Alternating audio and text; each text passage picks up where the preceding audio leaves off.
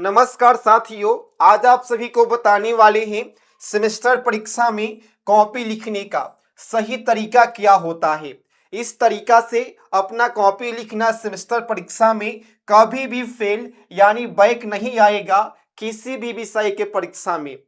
तो अगर आप लोग भी एसबीटीई पॉलिटेक्निक के स्टूडेंट हो, चाहे आपका सेमेस्टर फर्स्ट है, सेकेंड है, थर्ड है, फोर्थ है, फिफ्थ है या सिक्स है, तो आप लोग इस वीडियो को अंत तक देखने का प्रयास करना ताकि आप सभी को मालूम चल सके कि सही तरीका क्या होता है।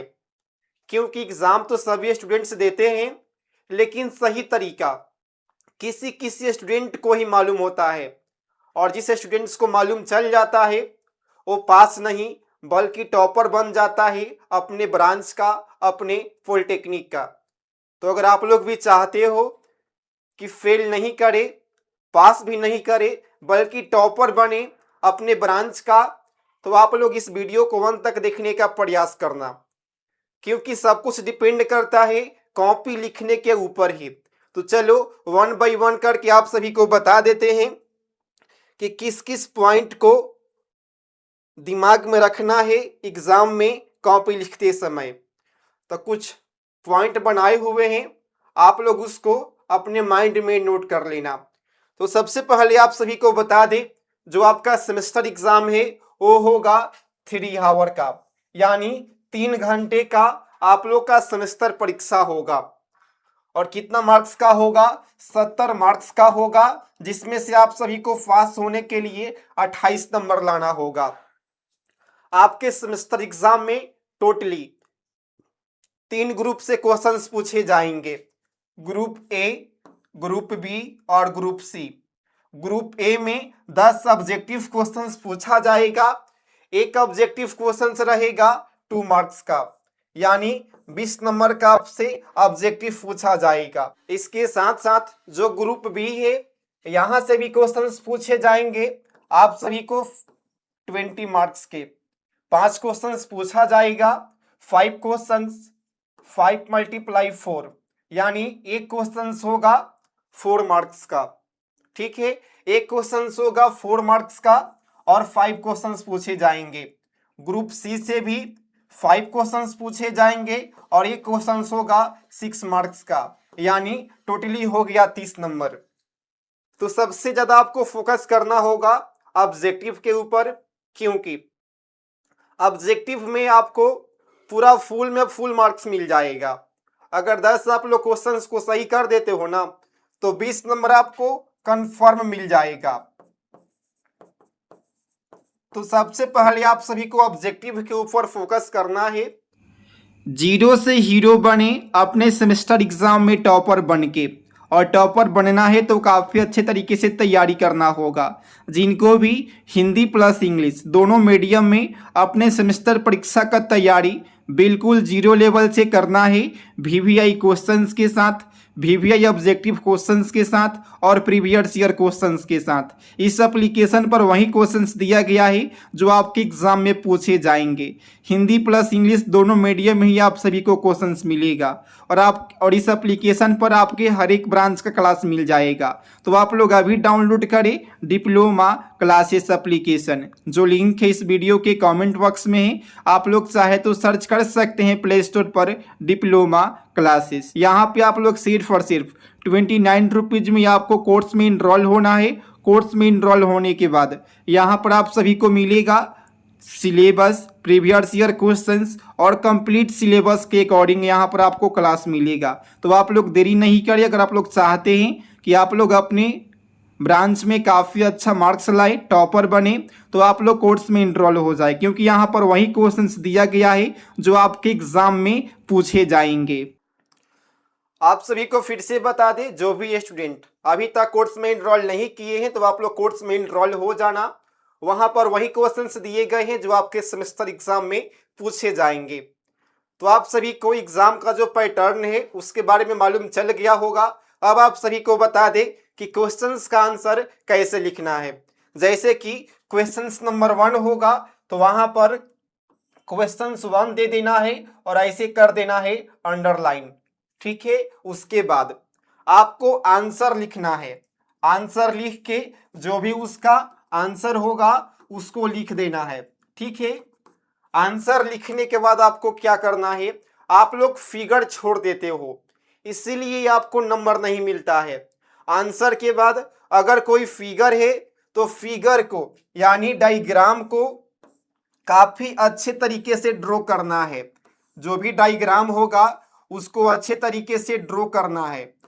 डायग्राम को ड्रॉ करने के बाद जो भी उसका कंपोनेंट होगा, उसका पार्ट होगा, पार्ट के बारे में 1 बाय 1 करके एक एक लाइन लिख देना है।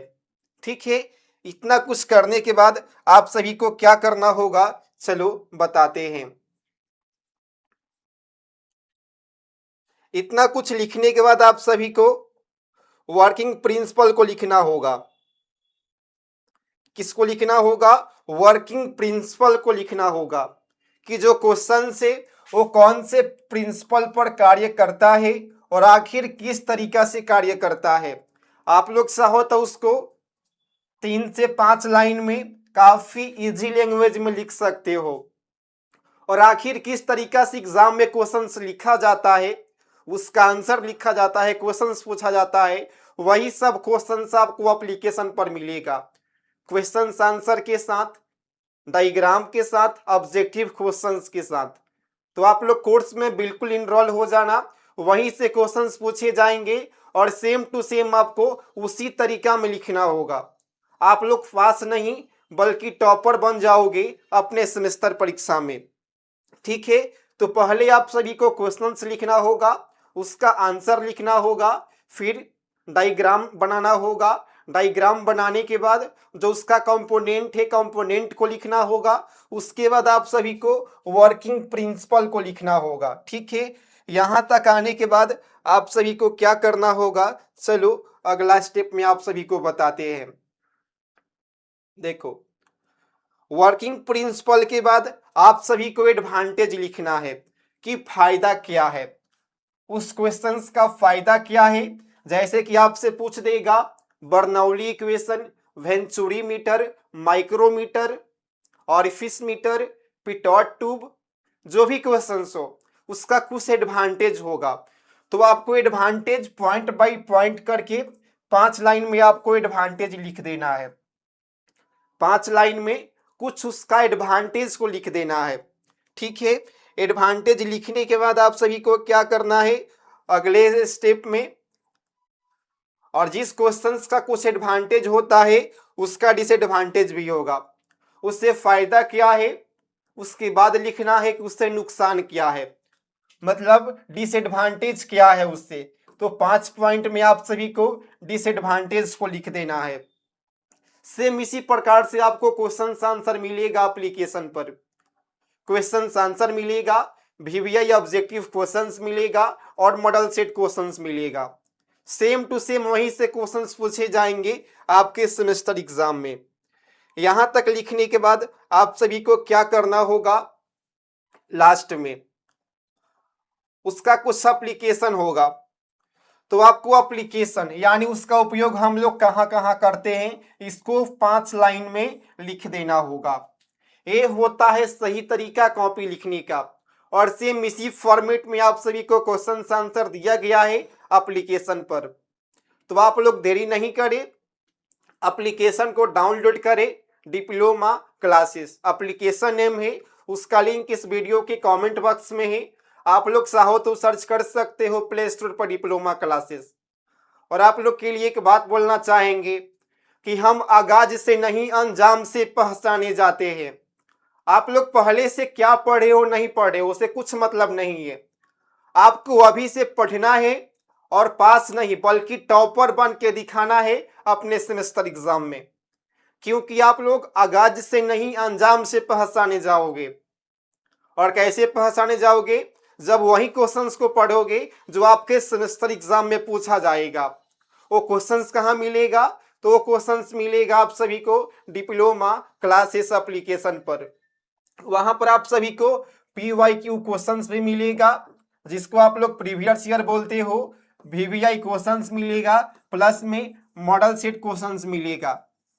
ठीक है, मॉडल सेट क्वेश्चंस मिलेगा 2 और सेम टू सेम यहीं से क्वेश्चंस पूछे जाएंगे आपके सेमेस्टर एग्जाम में। कोर्स का फी काफ़ी कम है, 29 रुपीज़ है, कि जो ज़्यादा नहीं है।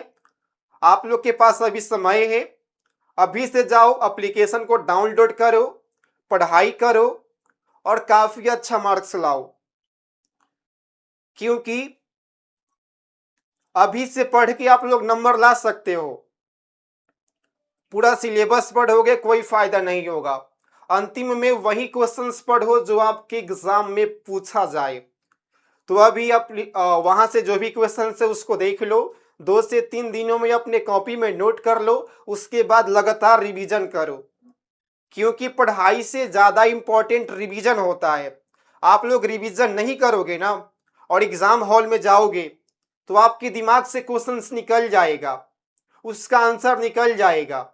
इसलिए पढ़ाई के साथ साथ रिवीजन भी ज़रूरी है।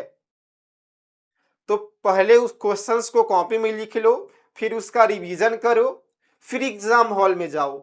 जब एग्ज़ाम हॉल से निकलोगे ना, तब आप सभी को मालूम चलेगा कि हाँ, डिप्लोमा वाले सर सही ही बता रहे थे, जो क्वेश्चंस दिए हैं वही क्वेश्चंस पूछा है सेमेस्टर एग्जाम में।